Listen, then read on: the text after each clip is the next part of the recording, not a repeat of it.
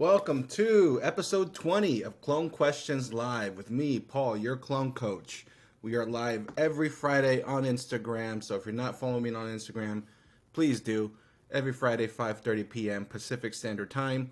You could join the Clone Questions Live via the chat room, so you could enter your questions via the chat, or you could submit a request to join the live via Instagram and hop on the video and join and ask your question that way.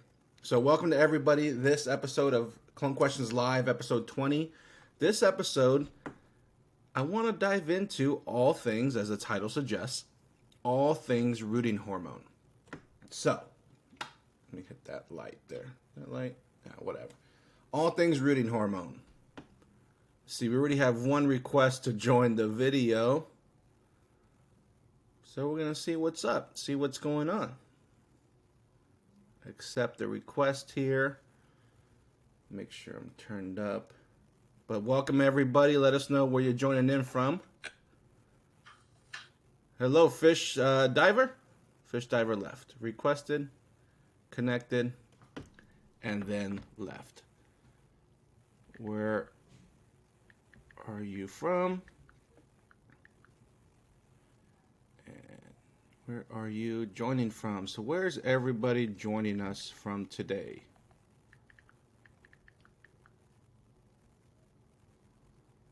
Let me pin that comment. So welcome everybody. This episode we're gonna talk all things rooting hormone. We're gonna get some like detailed nitty-gritty, like registration of products and manufacturing of rooting hormones, and where it stands with the EPA and stuff. So we're going to dive into some rooting hormone stuff. I hope you guys are excited for it. But we're going to talk the different methods, different types. So liquid, powder, and gel, the different forms of the rooting hormone, the active ingredient in it, and how kind of things are registered with the EPA, how products are brought to market, things like that. Just because it's kind of all encompassing right now, since I'm trying to work on bringing a rooting hormone, my own rooting hormone, to the market. So there's a lot of nuances when you're dealing with a product that's registered with the EPA. Dealing with the EPA, you got a lot of stuff to deal with. Let's see here, but we do have Detroit in the house. We got Canada, Maine, Colombia, Diego. In Colombia, just so you know, on clonecoach.com, now available in multiple languages. So Spanish is available for all of the cloning guides located on clonecoach.com. So head on over to clonecoach.com and pick your language, whatever language works for you, and start making the best clones ever wherever you are. Same thing with you, Argentina, Jardinero Jota. We got the UK. I think I have a UK version as well, a UK version as well on the website. So I think there's some different little nuances there, but we're worldwide now. So for everybody in Canada too, if any of you guys speak, that French Canadian or whatever it's considered out there, but French for the Canada, I have that option of French as well for the digital guides located on clonecoach.com. So check those out. Available in 15 different languages now. And always, if you have something to join Clone Coach with, please spark up.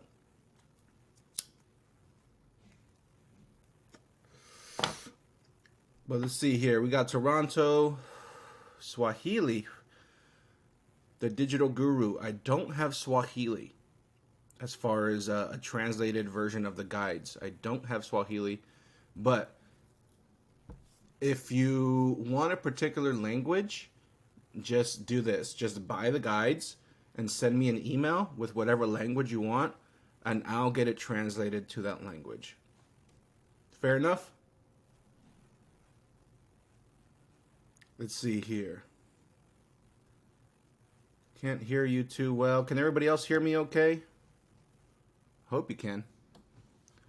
Let's see here. Mike PCCA Pontiac says, missed you at the indoor garden in Toledo. Yeah, man, that was a really fun event. And that full workshop is hosted on my YouTube channel. So for anybody that's a little bit behind on the Clone Questions Live, just go to YouTube, search Clone Coach, and you'll have the full episodes, uncut, unedited episodes of all 20 Clone Questions Live, except for a couple episodes early on where I had some issues with my recording platform over here. So all of the other episodes as well are located on my Instagram page under the series Clone Questions Live. Let's see here. Let's see here. So if anybody has a question as well and wants to join, just shoot me a request to join the live. Your video will pop up. You'll only be live on Instagram. But it's a really cool way for us to just interact and get your question answered and maybe have a little chat, dive deeper into it. So it's really fun as well. But we got Trinidad, Brian Alexander, Clone Coach Trinidad. What language is spoken out there? Forgive my lack of knowledge here, but what language is spoken out there? But once again, guys, I could get these digital SOPs translated to pretty much any language. The training video that's included is not it does not have the translated subtitles yet, so I'm still working on that. But I'm working on it. But all the digital SOPs, the digital guides, the PDFs are all available in different languages. See, Louis Vito says Poland, bro. You're from Poland? I have Polish digital guides on how to make the best clones ever available for you on clonecoach.com. So you want a Polish version of the guides? I got you, bro. All 3 versions of the digital SOPs, the digital guides, are translated, and Polish is one of the many languages available to you. We got Washington State in the house, of course. Torqued Farms, what's going on? See here, what am I smoking on? I'm smoking on some Cap Junkie that I was gifted. Still going through all the gifts of my Toledo, Ohio trip. So this is, so if you see that big old stem, some Cap Junkie. Put it on this camera. I don't know if it comes out any better. The lighting's not so good for it. Big little nugget. So I'm smoking on some Cap Junkie. Some Cap Junkie and drinking some pineapple juice. If it was mango juice, maybe I'd be getting a little bit more stoned here. We got Detroit, Rhode Island, Pennsylvania. Love it. Luis Vito says, haha, awesome. Gonna check it when I focus on clones some more. Nice. Please do. Tell your friends. Everybody out there in Poland. I got multiple languages. I got 15 different languages available for you. Because there's people growing cannabis all over the world, right? All over the world, people are growing cannabis. And every single cultivation facility, every single room that's going to get turned to flower needs a healthy set of clones to get it started. So the demand for clones in any country that's opening up cultivation or anything like that, it's the demand's going to outweigh the supply always when it comes to quality clones. So that's why I went international with it. I know everybody all over the world are going to open up more greenhouses, more grows, grow more flower, but they're all going to need quality clones for every single batch and every single run. Hence the digital guides available on clonecoach.com. It's going to help everybody out. We got the French Polynesia. So, are you speaking French down there?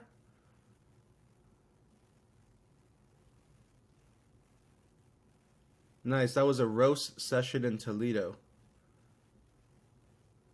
Yeah, if you're talking like roast session as far as like burning, yeah, dude, I did not stop chiefing.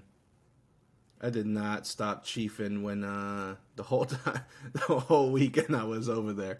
Did not stop chiefing, so it was definitely a fucking roast fest. But let's talk all things rooting hormone. So there's three different. Where should we start? The active ingredient, indole-3 butyric acid, or IBA for short, is generally the main rooting hormone that's available in most any rooting hormone products. There's sometimes a secondary rooting hormone, which is excuse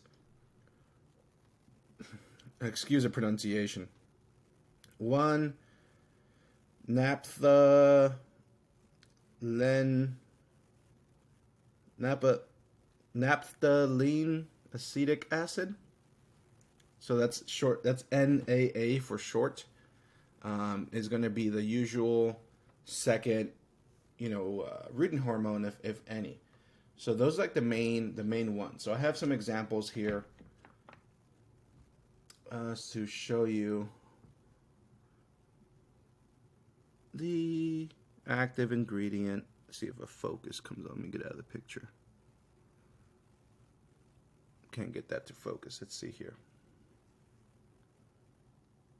Even worse. Sorry. And then we have some cuts here, which is just the indole-3 butyric acid as well at a 0.35% concentration. This is a gel. This is a liquid, very concentrated liquid. And Clonex is another one, which I have here in a ketchup bottle for all those that know what's going on, know what's up with the ketchup bottle tech. I have my Clonex gel literally in a ketchup bottle. So those are like some of the main. I don't have a powder form rooting hormone with me, but those are available as well. So the three main forms of rooting hormones are usually powder, liquid, and gel. In the cannabis industry, it's mainly been gel, followed by liquid, I would say, and lastly, powder. I haven't seen powder be used too much anywhere else besides like a really massive commercial scale of like tens of thousands of cuttings worth of production. That's the only time I've really seen powder. I'm sure some small scale people use it as well, but powder, there's only maybe one downside, which is the potential for inhalation of the powder. When handling, when pouring, when staff is working with it, it may be minuscule. You may be wearing PPE, a mask or something, so it doesn't really affect you. But, that's just one small downside. And if it does get wet, because you're dealing with wet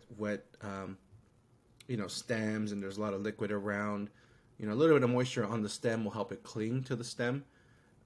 But, if something spills or whatever, that kind of little pile of powder could be ruined. So, a little thing to take into consideration. Gel is probably the most commonly used form of indole-3 butyric acid or any sort of rooting hormone for the cannabis space. Clonex has probably been around for who knows how long, but they've been tried and true there. We'll get into right now as well what it's like registering a product and why some of these rooting hormone products have been around for such a long time. There is a reason. There is a reason for that. But gel, usually have a nice thick cling to the stem, But once again, if moisture or water droplets does make it into your rooting gel, it could decrease the ability to cling to a stem. So if the stem's too wet, you're not going to get much cling or coverage of gel to your wet stem. So you usually have to have your stem sitting out on the side, kind of air drying a little bit before they get dipped into a rooting hormone like a gel, just to get the most effective cling out of the gel. Lastly, liquid, which I've been doing a lot more research on recently.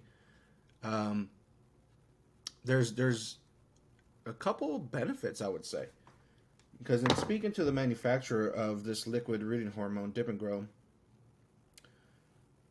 it's an denatured alcohol base, if I'm not mistaken. You could definitely smell it, and this product is very flammable and stuff. So there's definitely a lot of denatured alcohol in this liquid base. But one of the biggest benefits in speaking with the manufacturer is the fact that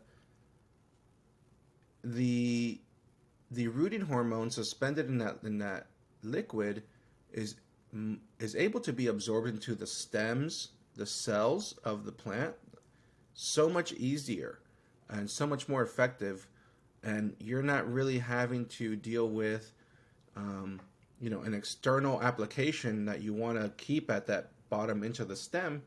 But 9 times out of 10, when you penetrate a cube, a rooting cube, sorry, most of that hormone rubs off the stem, right? So, that rooting hormone may not always be as, available or soaked into the stem as you would assume, because a lot of it gets rubbed off when you're penetrating the cube. But the liquid is a little bit interesting in the fact that it doesn't require a lot of time for the liquid to soak into the cells and have that rooting hormone in the cell walls and not be susceptible to be rubbed off when you're penetrating a clone plug, a cube. So there's like that little interesting twist to it. Secondly, it's a concentrate. So you could essentially make your own strength of rooting hormone dependent on the type of material that you're working with. So if you're dealing with, let's talk about the type of starting material, whether you're softwood, semi-hardwood, or hardwood. What most people would call woody stems on your plant material. Some say, well, what if my plants are a little bit woody? Is that gel or hormone still effective? Well, the softer the tissue, the newer the growth, the more able it is to absorb rooting hormone, and it doesn't require the higher concentration of rooting hormone to be effective. The more you lean into semi-hardwood and hardwood, especially, then you need something that could penetrate those cell walls and have enough concentration of rooting hormone to become effective because of the state of the starting material, the more woody starting material. So if you have harder, to root material, or if you have thicker cell walls, you have more rigid starting material, older material, what have you, you're going to need a higher concentration of rooting hormone to be effective at your rooting process. And the liquid allows you to adjust the concentration, basically. So that's a cool win for that. And I'm actually going to be doing another trial, or a product trial. So anybody out there that's doing some clones, especially Clone Coach team members, please reach out. Shoot me an email at heyclonecoach@gmail.com. Shoot me an email with a little bit about your nursery information, whether you're on the team already using the SOPs, and what your current rooting hormone situation looks like how much are you going through, what it's costing you, how happy are you with it, so on and so forth.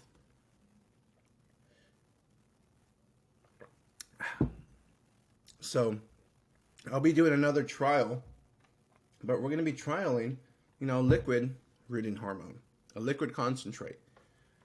So I think that should be fun. We should start getting the trial, the results in from the original gel trial, probably this next week or so.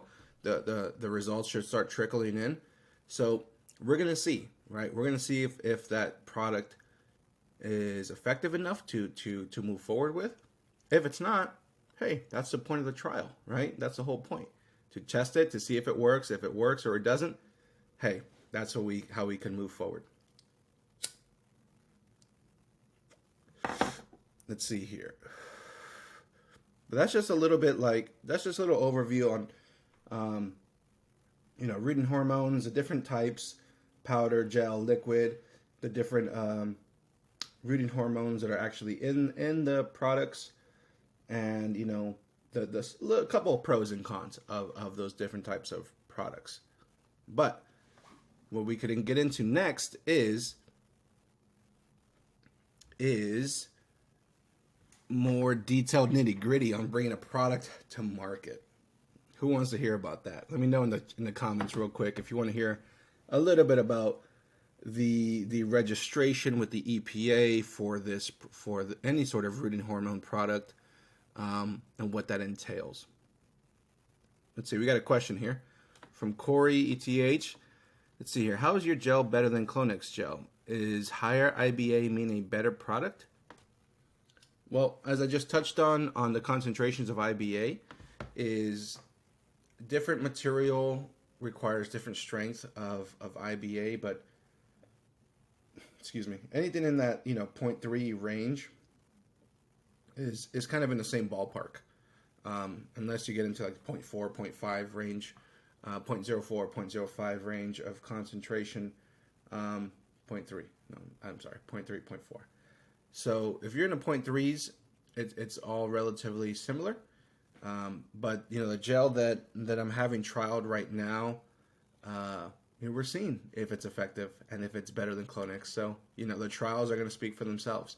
I'm assuming so, but that's the whole point of a trial, to really know and have other people find out. So if it works and it's true and it's better, hey, we're moving forward with it. If it's not what we're expecting, and if it's not the best that we could do, then we don't move forward with it. Indio says, wait, you have your own rooting hormone coming out? It's in the process. So I would love to have a Clone Coach rooting hormone out in the market, out in the hydro stores, available to all the team members that I could, ship the product to, online and stuff. So we're in the process of it. It's just a journey. So right now we're trying to figure out which is the best product to bring to market, and then begins the fun, paperwork with registering the product and the new label and the new brand, with the EPA, getting that approved, going through that process, and then all the physical logistics of housing product, shipping product, all of that. So, hopefully we'll get to that point, in the near future. But I'm trying to bring a rooting hormone, my own rooting hormone, to market. Let's see here. Alan Ruin says, gel hormone and Aero-cloner? It's a good question. The simple answer is yes. So if you do, but you got to think of what's happening inside the Aero-cloner. Your misters are hitting your stems, or directly or indirectly, but there's a lot of moisture there, as well as a lot of oxygen, hence the faster rooting process as well from the Aero-cloners. But if you're in an Aero-cloner, I would probably suggest a liquid rooting hormone, so that the rooting hormone has been absorbed into the cell walls of your stems, and it's not really getting washed off, quote unquote, right, by the misters spraying in there. If you have gel, it may have enough cling to be effective before it gets washed off. It may have enough absorption and or powder, but you're probably more susceptible to that not being the case. But as a secondary effect, if that, let's say, gel, does get sprayed off, now that gel concentrate would be in the liquid solution that's getting sprayed, and it should be water soluble enough so that rooting hormone is now actually in the entire reservoir, spraying all over everything. So you may be okay by using gel as well, because I'm sure a lot of people have used gel with their Aero-cloners. So I would probably just say stay away from powder in the Aero-cloner, because usually the base is like a talc, and I doubt that the talc is completely water soluble. And hope that helps. From Sydney. Nice. Thanks for joining us from Sydney, all the way from Sydney, Australia. Let's see here. Will you be going to the Farmer's Cup tomorrow? No. What's the Farmer's Cup? I'm out of the loop. Where's it at? Where's that at? Cannabis contest in California.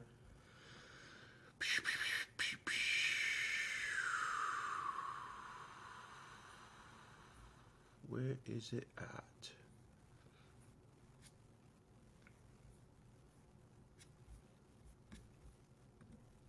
Anybody tell me where that Farmer's Cup is going to be? Oh, it looks like San Diego. Damn it. No, I'm not going. I'm not going to be there. I got to prep. I got a few things to do already for Saturday. And I got to prep for Sunday. I'm going to be doing that paintball tournament, so I got to get ready for that. So I don't think I'll be able to make it to San Diego, but damn. If I had it in the calendar ahead of time, I probably would have been able to make it.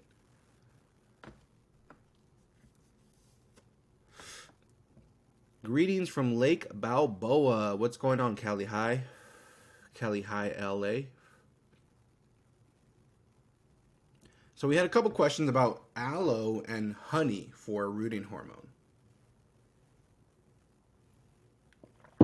Aloe and honey for rooting hormone. I think those two products may have a little bit of truth sprinkled in them. Like aloe may have some properties that trigger a hormonal response or something, and kind of indirectly. But both of those products are kind of could potentially indirectly help you with the rooting process. And they're usually like DIY, kind of at home, kind of, organic, natural methods of rooting hormone. But they're not, in my opinion, they're not ever going to be as effective as the real hormone. It's just not going to be. So, and a product that's actually formulated to be a rooting hormone versus honey that you put in your tea. It's not formulated or it's usually not done anything to it, but I just think you're not going to beat it, and it's not an apples to apples comparison. So I wouldn't suggest as a standalone honey or aloe for your rooting hormone. I would just say grab a real rooting hormone. And on that note, let's talk a little bit about the actual rooting hormone itself, IBA. So it's registered with the EPA as a plant growth regulator. So it's highly, not monitored, but there's a process, and it's a registered product. But that hormone, IBA, is the only other place it's found is naturally occurring within the plants. So there was like a debate and consideration to even see if this IBA rooting hormone product even qualified to be registered with the EPA, being that it's naturally occurring in plants already. So when people are scared or people that are doing organics are hesitant to use rooting hormone because they feel that it's not organic, well, the rooting hormone is naturally found within plants that trigger the rooting process. That's just extracted from plants and synthesized or whatever else to make it into a product and made more stable. But the only other place that you're going to find that rooting hormone is within plants. So I think there's a little discrepancy as far as organic growers using an external hormone or an external rooting hormone, feeling that that's infringing on their organic practices. But in reality, In my opinion, I don't believe that's the case. What do you guys think?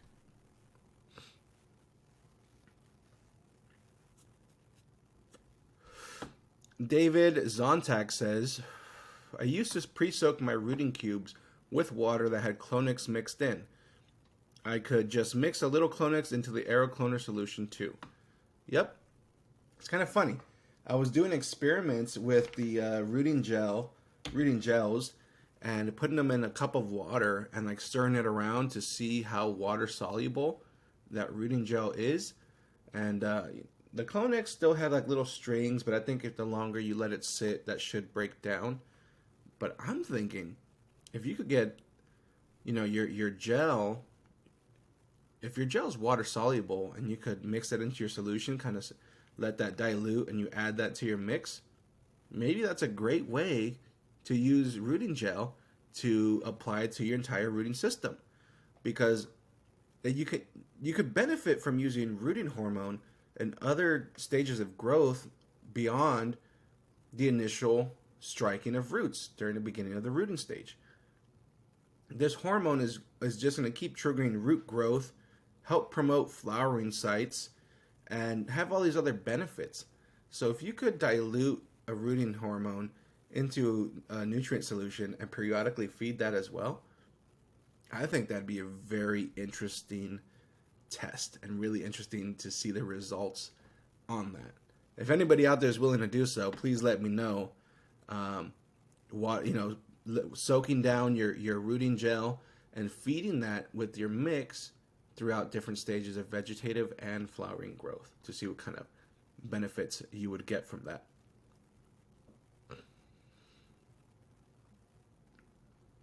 So, Don't Tell Low Glass says, so are there organic rooting hormones on the market other than the DIY methods?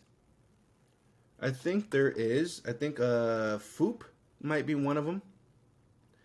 Which when it doesn't have the rooting hormone, but it has extracts of plants that are said to be high in concentration of that rooting hormone. Once again, that rooting hormone is found, I think, in willow bark.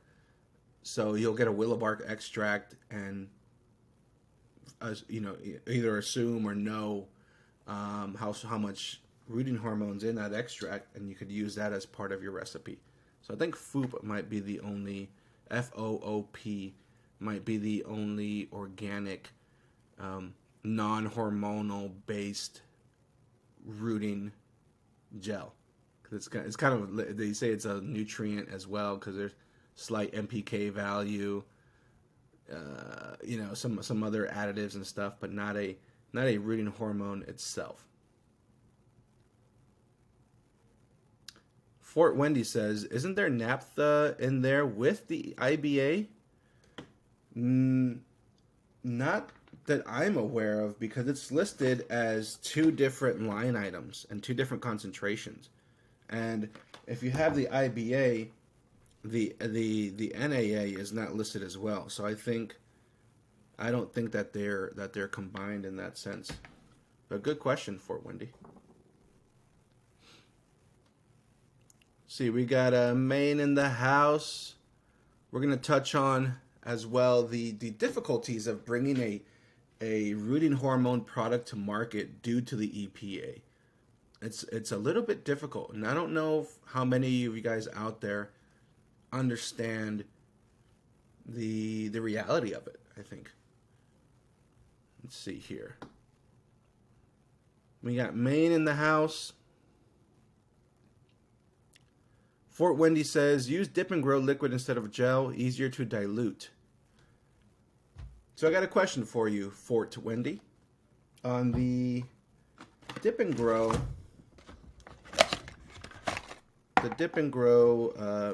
kind of mixing container, do you free pour your concentrate to that bottom line, or do you measure out the concentrate to your bottom line? The bottom line of the measuring container. So what do? Do you measure out the exact amount of mils to get to that bottom line, or do you free pour it into there and assume that you have the correct concentration amount? I'm curious. Let's see here. Let me scroll down. We got Long Island in the house.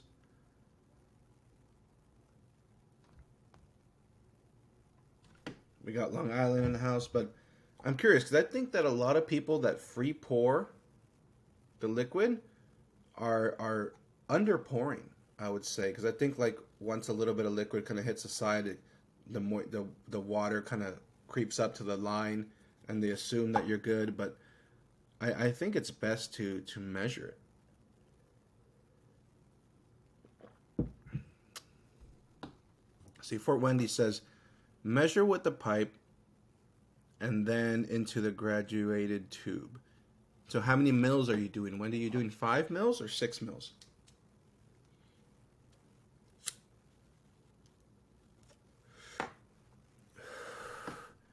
Measure with a pipette, and your pipette's 1.5 mils. So how many mils total are you doing to hit that concentrate level? Let's see here. And thank you for the participation there, Fort Wendy. I appreciate it. Let's see here.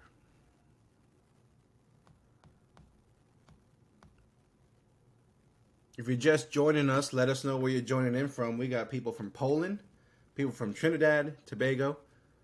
Well, they just said Trinidad. Canada, all over the States. Sydney, Australia as well is joining us tonight.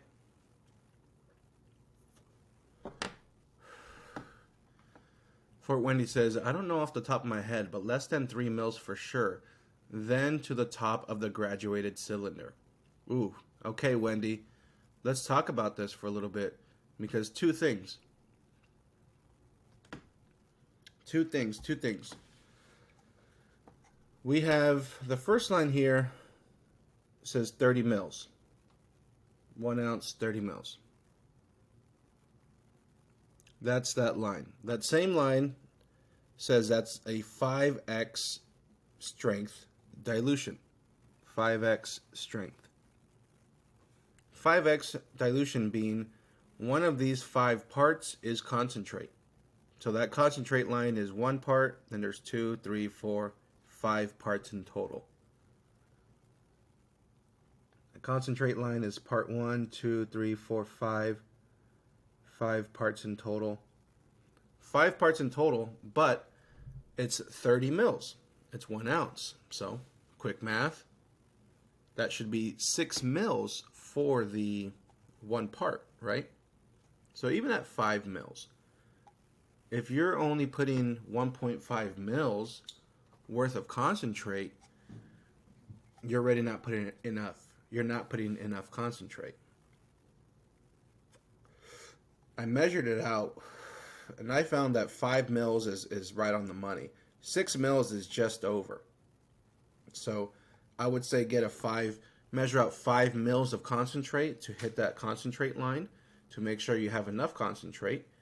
And secondly, when you say that you fill the remaining solution to the very top, that's a 20x dilution. So 1 part of these 20 parts is concentrate. And if you're already low in the concentrate, you're even less than that. So if you're particularly doing that, you have the lowest possible dilution of reading hormone in your cup. Unless you're doing like the newest, freshest, softest growth stems, then even still, you could be hovering 10 to 15x versus 20x. So I think you're very, very underdiluted in your concentration. And I think that's one of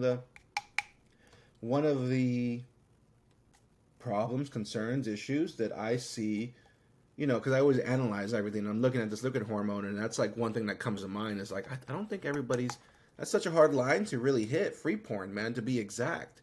So I don't think everybody's getting the right concentration out there, and then the right dilution as well. If you couple that, the last piece of it is time. So I think with the more concentrated, the less time, the less concentrated, the more time, be it time being as quick as a quick dip, so like a full second, up to 4 or 5 seconds. I don't think you really need much more than 5 seconds. Be it 1, 2, 3, 4, 5. I think that's plenty time for a soak. So call it 1 to 5 seconds. The stronger it is, the less time. The weaker it is, the more time. But if I were you, if I was using this, I would do a 5 ml concentrate and top it off with an ounce of water. So that'll put you in between a 5 and 10x concentration, and that should be strong enough for a quick dip, 1 second, let it absorb, and you should have really good results. So yeah, Fort Wendy, lowest concentration is 20 to 1, but I think you might be a little bit low there. Let's say you said they root in less than 10 days unless I wet them too much. Yeah, wetting them will slow things down. Dip and Grow says that less is best in the instructions, less dunk time, and lower dilution. Got it. But, I think, here's another thing. This liquid rooting hormone and stuff, and, bless their heart, but this company manufacturer, they're not a cannabis-based company. They've been around for decades. I want to say 30, 40 years, probably since the 70s. What is that, going on 50 years now? Half a century? So they've been, they supply, commercial nurseries like Monrovia and, people like that are, doing plants at that scale, tiny little cuttings. So while it still works and stuff and it's great for cannabis, I just don't think that they have the cannabis mindset. So I think it's worth some trials. It's worth understanding it a bit more, because you have so much that you're in control of when you're able to create your own dilution rates. And if there's particular strains that are harder to root, you could adjust your concentration level to accommodate for that strain, or at least give it something else, a little bit stronger push to encourage that root to strike, those stems to strike roots and to develop a root system. So you do have some more flexibility and more control. I just think that it's it's effective. And as far as like wetting too much, and if you're having things that take longer than 10 days, 12 days to show roots, like visible roots, then please check out clonecoach.com and grab yourself the digital guides, the best clones ever guide and the best mother plants ever guide, to ensure you maximize your clones per square foot and get the best clones ever coming out of there, batch after batch after batch. But Fort Wendy says, appreciate the discussion and content, man. I'll give a stronger dilution a shot. Never have. It's worth a try. You'll see the results in a week, 2 weeks maximum. So pretty quick to see, a trial run of something else. But those are my thoughts there on the liquid hormone. We got Argentina in the house. Argentina, if you haven't seen it, if you haven't gone to clonecoach.com, the digital guides are now available in 15 different languages, including 3 versions of Spanish, being Spain, Mexico, and Latin America. 3 versions of Spanish. So if you're in Argentina, go check it out, clonecoach.com.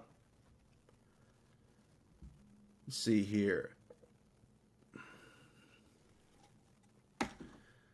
Daniel Contois says, first 10-day transplant, 100% rooted, 500 clones. Thanks, coach. Boom. Getting results. That's what it's about.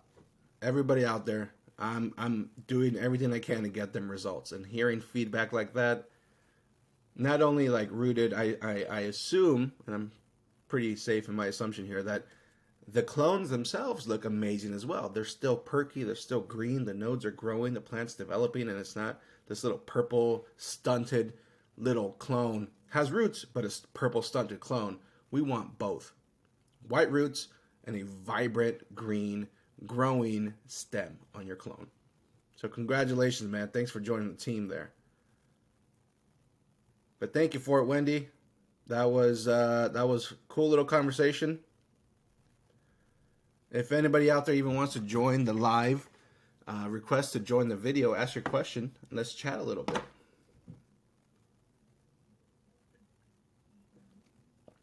And if anybody out there wants to trial the liquid version of the rooting hormone, please send me an email at heyclonecoach.com heyclonecoach.com@gmail.com. Wow, this shit worked. heyclonecoach@gmail.com.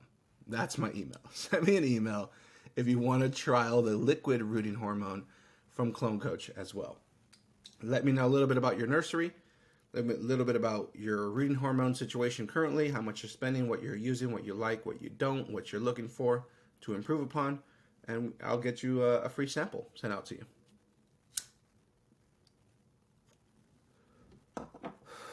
See, Daniel Contoy says, facts, no purple, praying, full time.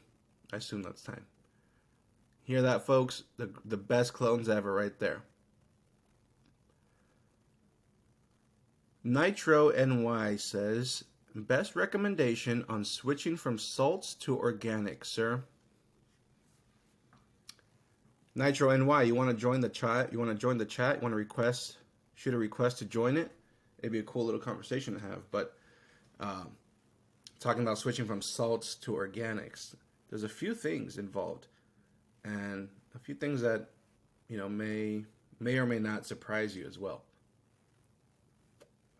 Well, one thing, in regards to the nutrients themselves, the elements, the minerals, the salts.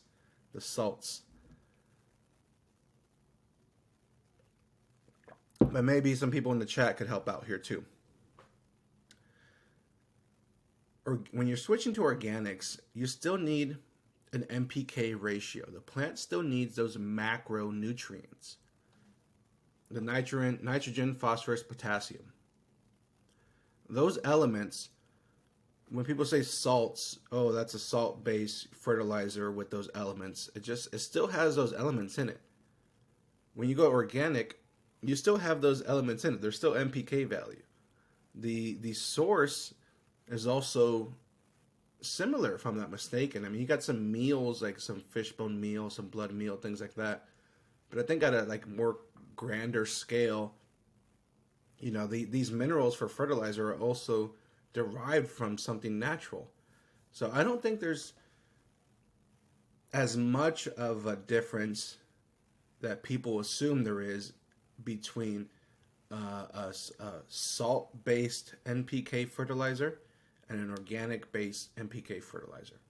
You're still getting NPKs either way. So I don't know if there's as much difference as people would lean on and kind of put salts on a do not touch list. But Nitro NY says, at work, man, I can't join, but I would love to. No worries, man. Keep making your bread.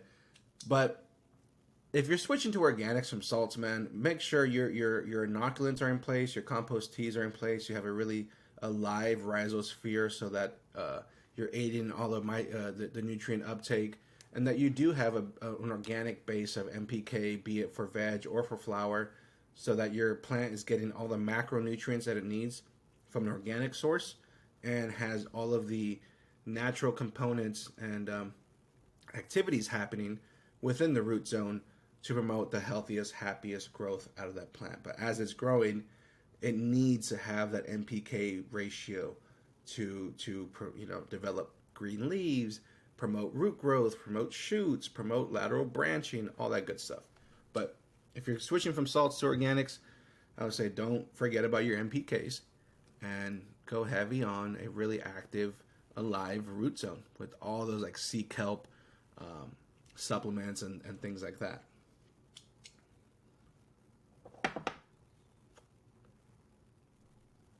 Let's see here. Nitro says, I say the flush is the determining factor. Yeah, you know, when you're talking about flushing flour, I wish I had enough direct confidence to speak on it like confidently, but I don't. I'm the clone coach, not the flour coach, for a reason. You know, I've definitely grown flour before commercially and, you know, in garages and bedrooms and stuff, but it's not what I'm saying, what I want to preach to the world about to try to teach and help with. So can't dive too much into that, Nitro, but I appreciate you putting your question in there and bouncing back and forth while you're at work. Nitro says, thank you very much, bro. You're the man. Thank you, Nitro NY. Thank you for hopping on episode 20 of Clone Questions Live and asking your question. See here, we got Camry and Kiva says, I heard of people in the Asian heritage would bury a fish carcass in the soil where the plants were. Fish meal, bone meal, blood meal. Yeah, there's a lot of nutrients and elements within, you know, fish poop, right? You know, all that stuff has those kind of meals and has, you know, either some phosphorus or some potassium or triggers some nitrogen, you know, some calcium, some micro and macro nutrients, basically. So there's always a reason for it. David Zontak says, I switched from organics to salts. Went the other way. Let's see here.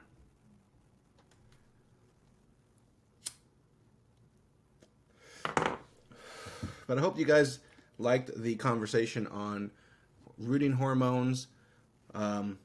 Sorry. Last thing we didn't touch on for the rooting hormones was the EPA. We started scratching on it, started talking about it, and I got myself distracted. But when you want to register a rooting hormone with the EPA, if it's a brand new formula, a brand new product from a manufacturer, the process to bring a new product, a new recipe to the market, I've been quoted 4 to 5 years.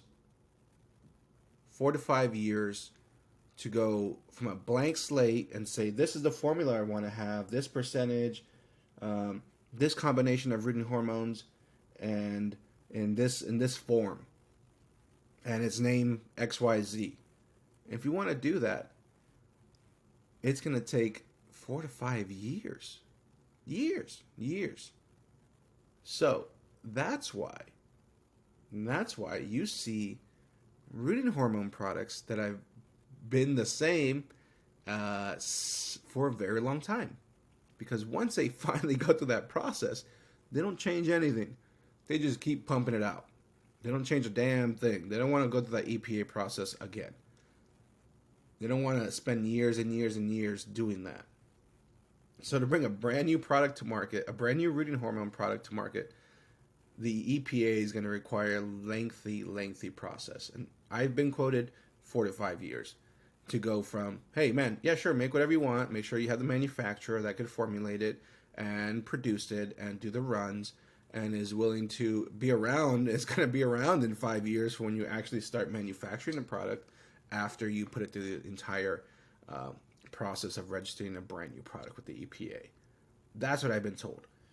So that's why you see a lot of rooted hormones that have been around forever. Clonex has been around forever. The same recipe, same formula. Been around forever. Dip and Grow. How old is that? It's like the same old. It's been around forever. So that's why you see some like products that just don't change because it's just too costly and it takes too long.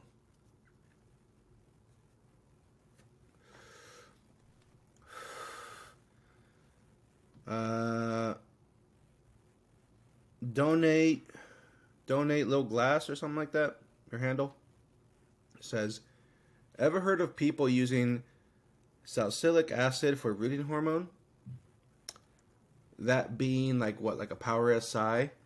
No, I have not heard of people using it as a rooting hormone because it's not a rooting hormone. It's not a rooting hormone. I've seen some roots products that have some phosphorus in them because phosphorus, as the macronutrient level of NPK, within that does promote root growth or root development as well. So they'll say, here's a liquid product with a little bit of phosphorus in it, and you'll get roots. So it's kind of indirect. Once again, a rooting hormone, there really is no other comparison to it that could, be a one-to-one, apple-to-apple comparison, when you come to, ingredients like that. So I haven't heard of people using it, and if they are, it's not, the chemistry and the ingredient itself is not what it's intended to do. So I would say, no. Get yourself some real rooting hormone. There really is no substitute, basically. There's no substitute.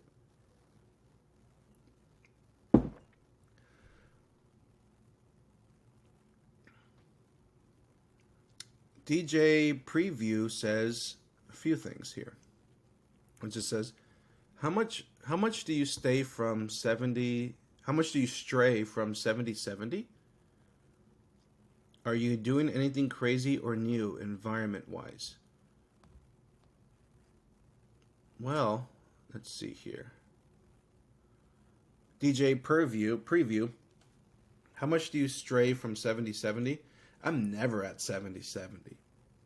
70/70, assuming you're talking environment, 70 degrees, 70% humidity, is a clone's worst nightmare. Okay? 70/70 is a clone's worst nightmare. You're going to get pathogen pressure, stem rot, slow rooting, delayed rooting, no drybacks in your cloning media. So, so many problems. So many problems. 70/70 is your clone's worst nightmare. So I'm never there. Ever. The second part of that question, are you doing anything crazy or new environment-wise? Well, apparently, compared to 70/70, yeah, it's crazy and new, I guess. But if you want all the step-by-step instructions on where to keep your environment, what to do every single day of the 14-day rooting process, go to clonecoach.com and grab yourself the Best Clones Ever guide, available now in over 15 different languages. And you'll join the team and start making the best clones ever. Let's see here. One at that bag, I've seen you before, says, how do you stop molding plugs on if xylitol and oxyphos don't work? They should work. Well, you don't need oxyphos. Don't put oxyphos in your plugs to combat molding. So that's step one. Secondly, one at that bag, if you can join the live, request to join the live and ask your question that way, please do so. But xylitol should absolutely work on killing mold, preventing and killing mold. So I would say you need to be doing it at the full strength, which is 37.5 mils per gallon, and make sure you're using a non-ionic wetting agent, such as cocoa wet, to improve the effectiveness of the chemistry and the properties of the solution.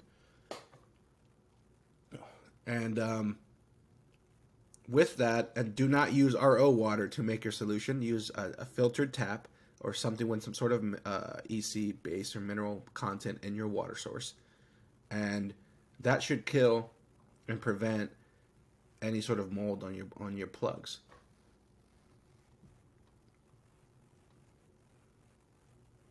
That's what you're doing, you say. Yes, that's what I'm doing. Okay, so break it down for me then. So are you treating them when you put them in the tray before you even put clones in them?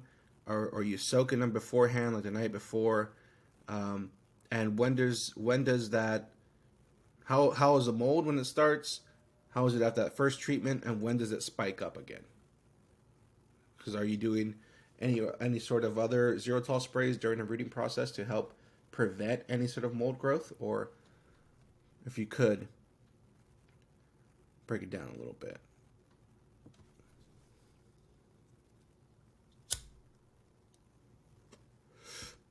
Got another question here from Read Randomness. Says, question from a cookies nursery in Humboldt. Hold on one sec. I'm going to get back to your question, Read Randomness. We got Moneta Bag requesting to join so we could chat about mold on the plugs. What's going on, man? How are you? Good, how are you? Excellent, man. You're seeing it. Basically, I had some Chloroflex plugs that ended up coming with some kind of mold or fungi. Was it the bulk box, the big case? Nah, it was the 50 packs. Okay. It wasn't on the actual plugs when I received it. They were actually really dry. But I have received them before where they were on the plugs themselves. But after we took our clones, basically in day 2, they just started throwing out a shit ton of white mold. Like, out of nowhere. Okay. And I never closed the dome completely. We run zero-tol oxyphos on the mothers. Every 28 days, the oxyphos as a foliar spray. You know, basically the whole biosafe program. Yeah. So they're dry. Right now. They're dry when they're in the bag, drier than they should be, assuming, right? Yeah. Yep. And is there anything living on there? You said not at that point. No. Okay, It but literally started after like day 2, and we leave the vents completely open all the time. Then after like 2 days, we try to like take the domes off, replace them with a new dry dome, spray that with alcohol, wipe it down, put it on the plants after it dries out. Yeah. Give them about like 10 minutes, depending on how they do.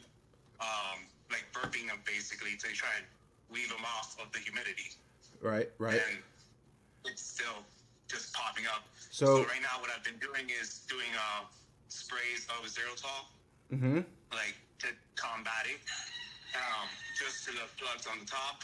And I tried to dunk also at one point with obviously cocoa wet and food, a little bit of food, like about 1 EC basically, to try and see if it would stop it, and it helped like crazy from where it was. But now I have the game of basically I'm spraying my plants all the time to kill a little bit of mold that's there. So and they're never getting a dry back. So when it spiked up again, what did you soak your cloning media with? What did you soak those plugs with? Any inoculants? Beyond the MPK, like any inoculants or any compost or any sort of this, not just sterile. As possible, basically. That's one thing that I would suggest you don't do, because when you run sterile, you're basically leaving the door open for anything negative to come on in and not be disturbed, not be hindered, to take hold and grow. If you have a natural defense there, a natural defensive bacteria or fungi, that's taking up the space, that's keeping the doors closed. So when that bad fungi tries to take hold, it can't. It's met with a defensive force. So I completely understand. My problem is I work for a facility and I try to keep things as clean as possible because of testing, basically. And I've heard a lot that basically the tests don't differentiate good fungi from bad fungi. A spore is a spore, and that's kind of how they count it. Well, I hear you. I've been in licensed facilities, not been able to make the. I hear you, brother. I hear you. Just a couple thoughts. You already have mold now, right? That you're combating, Yeah. and you could do a trial to see if that helps you. But because at what point does your clone get tested with the state? True. Very true. Your flower does, but your plenty of time to spray one of them Zerotol or anyways to kill it. Yeah, if your finished flowers are what's getting tested, your plant or your cloning media will never reach that point. True. Yep. So, and lastly, you could do a trial. Like I said, do a trial. Do a tray by tray. You'll see results. Do it with extra cuts, whatever. Mark it. Make sure whatever. Keep it nice and. I've done it at home long time, and at home, I personally would do some kind of inoculant. But, we've never had this problem until just now in this batch of plugs, basically. And it so, just appeared. On the, more reality side of it, if inoculants aren't able to get worked in, and you do xylitol, I would probably pre-treat or pre-soak my media maybe a day before with just a xylitol and a low EC base cocoa wet, just to kill. That's truly sterile now. Yeah, that's what I was thinking. Kill that's and you're so won't even have the ability to bloom. Yeah, and you're resaturating the media that's coming to you dry. Gotcha. So if that sits overnight, it's resaturated. Maybe it forms out a little bit better, holds its shape better, and it's killed off everything.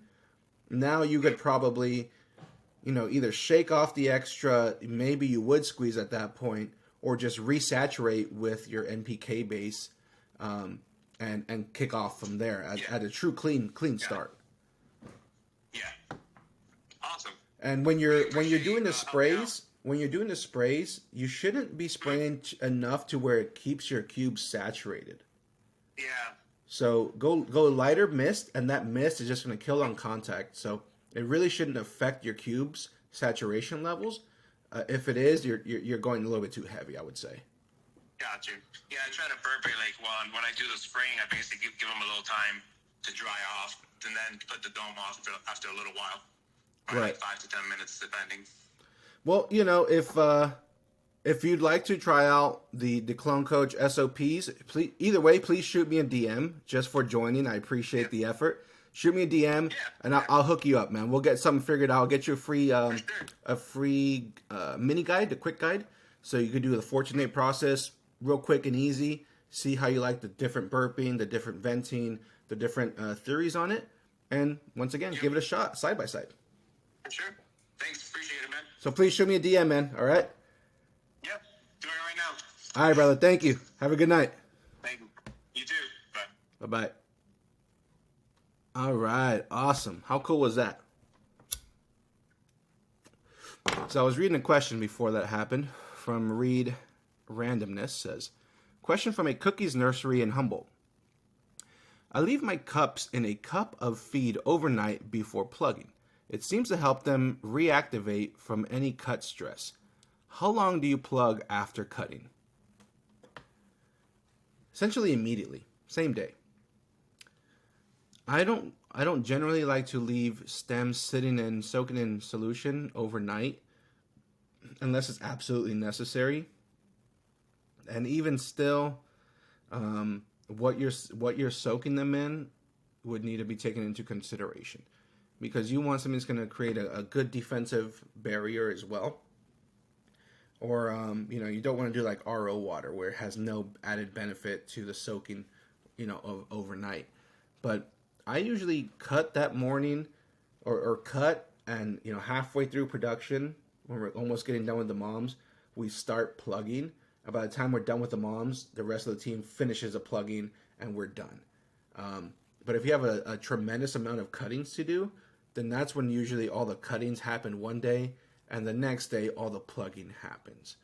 If you're doing that, one good suggestion would be using coolers. So put your stems and your cups and your solution inside of a cooler. And I wouldn't go too high on the solution as well.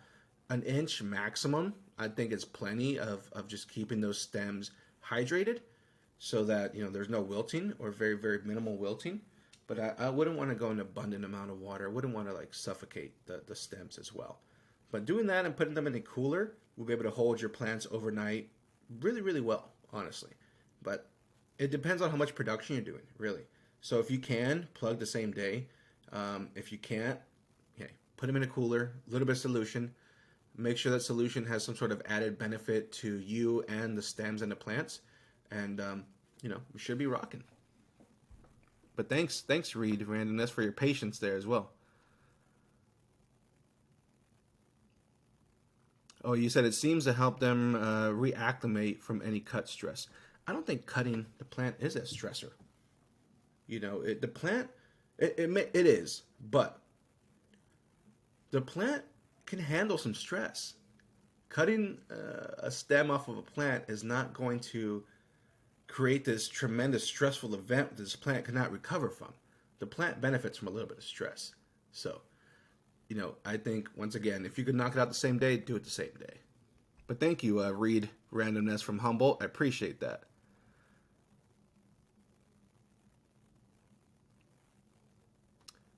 DJ Preview says, why do you need to use Xeritol if your environment doesn't promote it? Reed Randomness says, preventative. Yes, take the words out of my mouth. Prevent, prevent, prevent. Be proactive, not reactive. All right? You don't want to react to a situation happening. You want to prevent the situation from happening because, you know, pest and pathogens, pest and disease are the biggest threat to your crop. So you need to be on top of any sort of pressure from pest or disease from even occurring and happening and taking hold. Hence, the preventative sort of measures.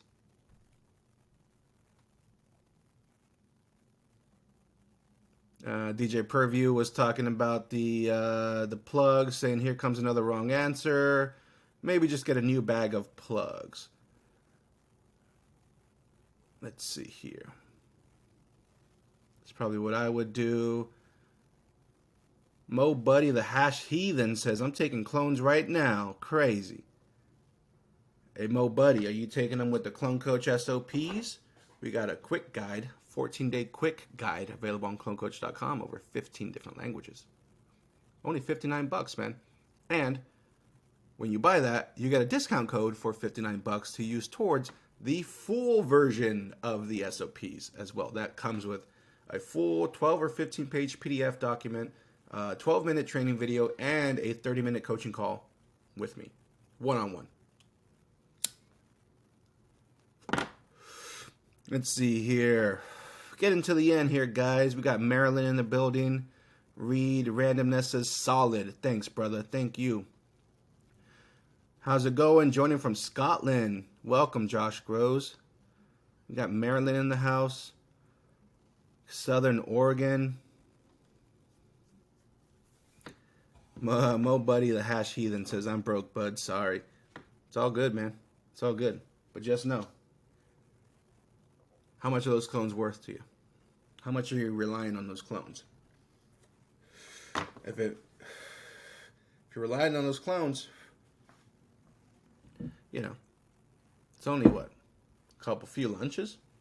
A dinner or two? It's all relative, but I hear you, brother. I hear you. I appreciate you just joining the chat, joining the live, joining with supporting this way. And like Monette That Bag says, free game, listen up. Just head to my YouTube channel, browse my Instagram page, and there's a lot of free game. A lot of free game. A lot. A lot.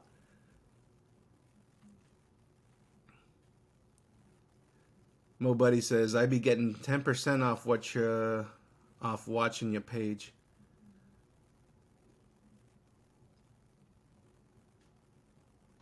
Josh Groves says, I might have to take a look into that. I've been wanting to get into clones, just been growing from seed.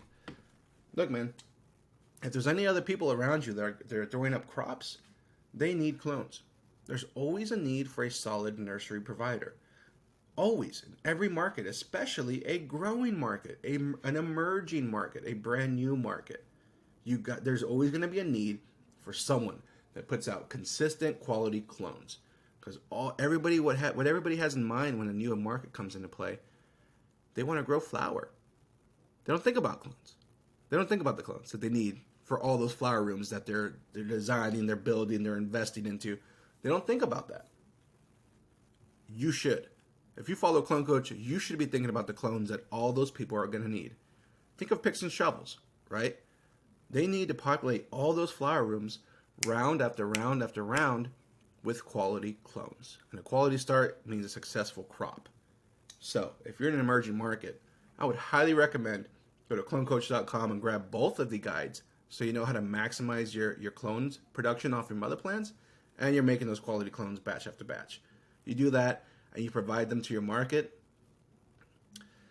you'll be on a rocket ship. Let me tell you what. Let's see here.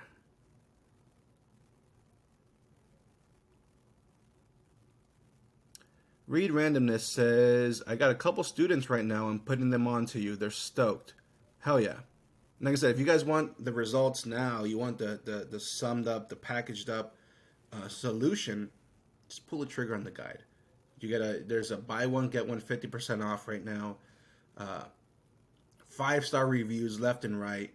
Everybody's gaining success. If you're doing more than one tray at a time, do yourself a favor and go to clonecoach.com.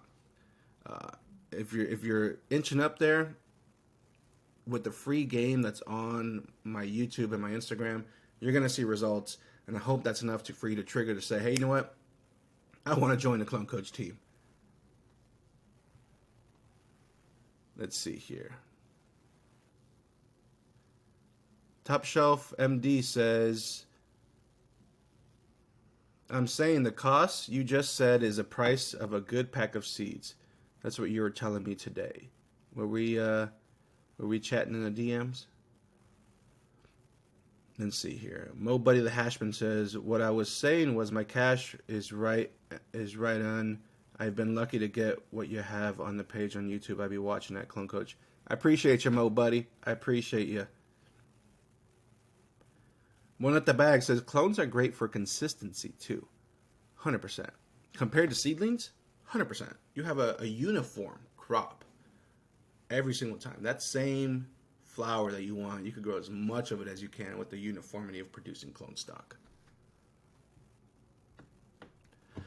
Well, sweet guys, we went a little over on this episode 20 of Clone Questions Live with me, Paul, your Clone Coach. It's been a fun one. It's been a good one. We dove into a lot of gel stuff, a lot of breeding hormone stuff. A lot of good questions. People joining us from all over the place. So that's going to do it for this episode of Clone Questions Live. I appreciate everybody that participated.